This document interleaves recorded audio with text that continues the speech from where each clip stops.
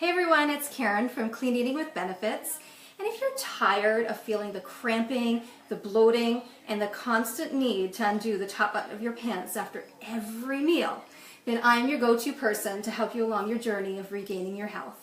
So a few weeks ago I talked about how I ditched my antiperspirant for deodorant. You know, when I looked at the ingredients of my antiperspirant, I was disappointed. I wasn't shocked, but I was disappointed that there were parabens, there was aluminum, and chemical fragrances.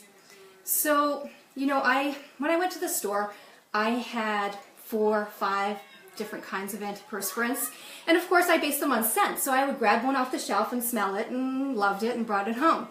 And so what I didn't realize is that after I ditched my antiperspirant, I also got rid of my headaches that I was having.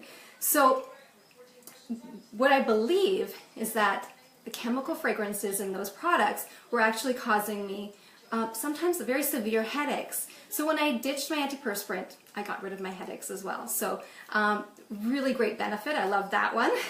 So what I wanted to share with you today is exactly how I make my deodorant. And it is super easy.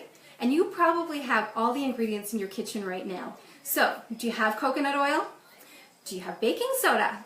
Do you have arrowroot powder? That's all you need. Those are the 3 simple ingredients. And if you want to add in some essential oils, do that as well, because you can actually change up your scent of your deodorant. And of course, essential oils have some really great qualities to them as well. So for myself, I've used an orange essential oil, and one of my favorites as well is lavender. So add in some drops in there.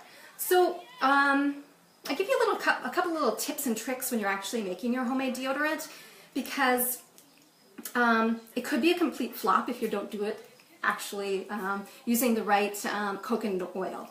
So when I say coconut oil, I don't mean the liquid form. The liquid form is one that when you actually stick it in the fridge, it just stays liquid. So that's not the one you want to use. You want to use the coconut oil that actually goes from liquid to solid depending on the temperature in your home. And because we live here I live here in Canada, I get that. I get liquid form and solid form depending on whether or not it's summer or winter.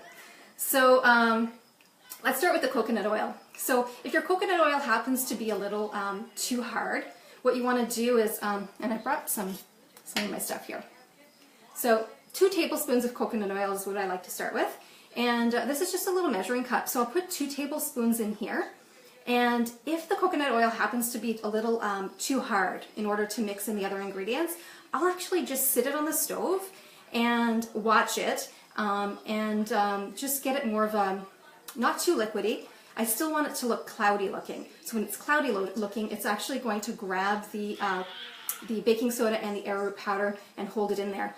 If it's completely clear, then those products are going to dissolve and just drop to the bottom, and you're not going to get the benefit of it being under your arm. So 2 tablespoons of coconut oil, and then you want to use equal amounts of arrowroot powder. So I like to use just a tablespoon of arrowroot powder and a tablespoon of baking soda as well. So some people have mentioned that when they're using the baking soda under their arms, they tend to feel a little itching under there. And that's very possible. Some people have a little bit of sensitivity and have to get used to having the baking soda under there. So what I like to mention is if you find that, just ease back on the baking soda for a little while until your body actually gets used to it. For myself, I'll use a tablespoon of arrowroot powder, but I'll now use a heaping tablespoon of baking soda, and that seems to be my my go-to ingredients. So again, 2 tablespoons of coconut oil, a tablespoon of arrowroot powder, and for myself, I like to use a heaping tablespoon of baking soda, and you just mix all of those in together. And like I mentioned, if you want to add some essential oil drops in there afterwards, good 20, 25 drops, something like that, is a good number to aim for. And so let me ask you, have you made the switch from antiperspirant to deodorant? And did you have some difficulties with that? I'd love to hear your comments. Do you have the ingredients at home to make your own deodorant? And have you tried? Will you try? And let me know what you're thinking. Do you make your own homemade deodorant and you use something a little different than what I'm actually using? I'd love to know that as well.